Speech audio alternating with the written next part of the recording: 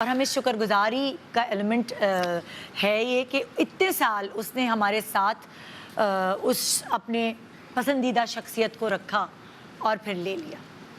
سو میں آپ کو عجیب سا لگ رہا ہے کہ میں آپ کو ان لوگوں سے ملوانا چاہوں گی جو ہمیشہ ہنستے مسکراتے نظر آتے ہیں, لیکن آبویسلی کبھی کسی گھر کے کونے میں وہ بیٹھ کر یاد کرتے ہوں گے اپنے پرانے وقتوں کو. غزالہ جاوید ہمارے ساتھ یہاں موجود ہیں. السلام علیکم. بڑے دنوں بعد. اکثر باتھ روم میں جا کے ایسی چیزیں یاد کر کے انسان روتا ہے. ہاں, کیونکہ کوشش یہ ہوتی ہے کہ بچوں کو نہ پتہ چلے, کسی اور کو نہ پتہ چلے, تو اپنے غم جو ہے نا وہ اپنے واش روم میں دھو کر آنسو منہ صاف کر کے باہر ہنستے ہنستے کھیل. بالکل جیسے ہم مطلب شوز میں آتے ہیں, پلیز میں آتے ہیں, تو جس وقت ہم گھر سے چل رہے ہوتے ہیں باقاعدہ رو رہے ہوتے ہیں, لیکن جب کیمرہ آن ہوتا ہے تو ہم بہت ہنس رہے ہوتے ہیں کیونکہ ہم انٹرٹینرز ہیں. لیکن یہ بہت مشکل کام ہے, ہر انسان کا کام نہیں ہے. بالکل. تو ہمارے پاس غزالہ آپا ہیں. غزالہ آپا سے بہت ساری ٹپس لینی ہے ہم نے, کیونکہ وہ کہتی ہوں, میں کہتی ہوں یہ ہمت کا ایک پہاڑ ہے جن سے آپ بہت ساری جو شعائیں ہیں ان کی ہمت کی وہ آپ تک ہم صبح صبح پہنچائیں گے. میں آپ کو ملوانا چاہوں گی جی زری غزل سے. ماشاءاللہ مسکراتا ہنستا چہرہ, اور وہ ہنستا چہرہ جو ہے کتنے عرصے تک اپنے ہسبینڈ کو کے چہرے پر مسکراہٹ لاتا رہا, اور ظاہر ہے پھر جس کی جب لکھی ہوتی ہے اس نے جانا ہوتا ہے. بالکل. تو مسز عمر شریف, اور آپ سب جانتے ہیں, ظاہر ہے میرے شو پہ بھی آئی ہیں. عمر بھائی آتے تھے تو اگر یہ اسکرین پہ نہیں آتی تھی تو زری ادھر بیٹھی ہوتی تھی, اور ان کی باتوں پہ سب سے زیادہ, سب کو ہی ہنسی آتی لیکن سب سے زیادہ جو کہہ کے لگاتی ہے وہ یہ شخصیت تھی. ہاں بس یہ بات صحیح کہی غزالہ باجی نے کہ جب ہم چھپ کے رو رہے ہوتے ہیں, کبھی باتھ روم میں, کبھی بیڈ پہ لیٹتے ہوئے, کبھی نماز پڑھتے ہوئے, اپنی ان چیزوں کو یاد کرتے ہوئے, اللہ سے تو ہم کر سکتے ہیں نا, ہر چیز ڈسکس کر سکتے ہیں, اللہ سے تو کہہ سکتے ہیں نا اللہ کہ ابھی تھوڑا اور ساتھ رہتے. تو یہ ہوتا ہے کہ رو رہے ہوتے کیونکہ ہم نہیں چاہتے کہ ہماری جو تکلیف ہے ہماری فیملی بھی اس تکلیف میں آئے.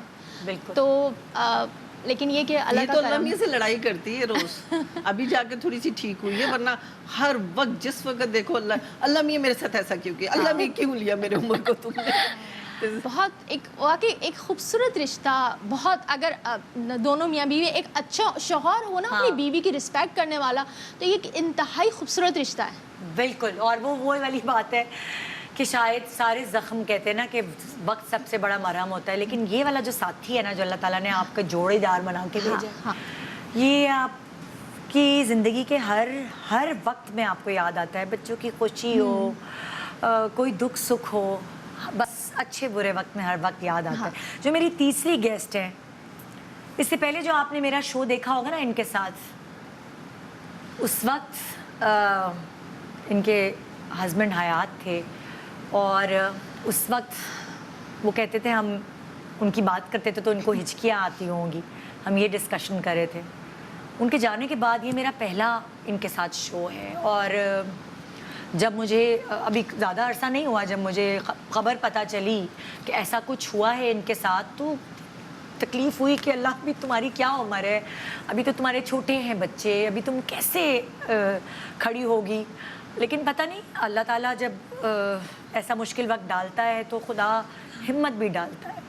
تو میں آپ کو ملوانا چاہوں گی بڑے دکھ کے ساتھ ہی کہ پچھلے شو میں جب فہیمہ اوان میرے پاس آئی تھی تو ایسا کچھ نہیں تھا, لیکن اب یہ ان کے ہسبینڈ کی ابھی کچھ ہی عرصے پہلے ڈیتھ ہوئی ہے.